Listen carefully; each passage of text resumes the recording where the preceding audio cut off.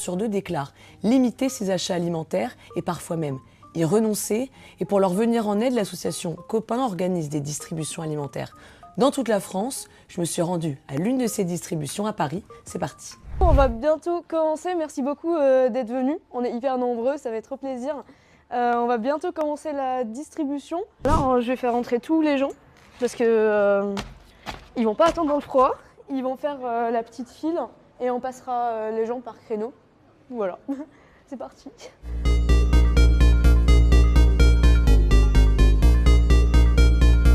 Bonjour, vous pouvez entrer.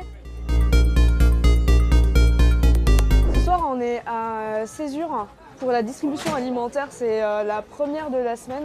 On ouvre pour 400 personnes à chaque distribution, mais les distributions sont très souvent complètes.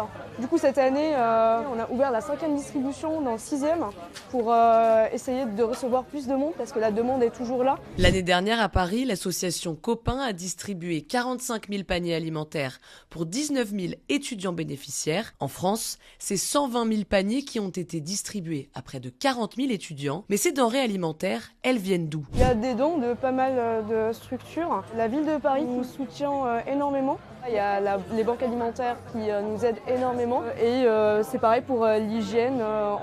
On se repose principalement sur les dents solidaires. Nickel. Attention à vous. Je m'appelle Amy, je suis étudiante à Paris. Je viens ici parce qu'en tant qu'alternante, j'ai un salaire, alors qu'il y en a d'autres qui n'en ont pas, mais c'est pas suffisant pour payer tout ce qui est mon appartement, etc. Surtout que j'ai pas l'aide de mes parents, contrairement à d'autres, donc c'est assez compliqué. On n'est qu'étudiants, qu'on n'a pas de salaire, enfin de gros salaire, on a besoin d'aide, donc c'est toujours une aide en plus. Ça ne devrait pas exister en réalité.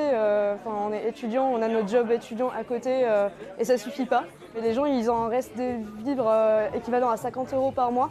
On peut pas vivre avec 50 €, on peut pas faire ses courses, surtout avec l'inflation, etc. Et donc ces lieux sont super importants pour les étudiants pour qu'ils puissent subvenir à leurs besoins et faire leurs études dans des conditions décentes.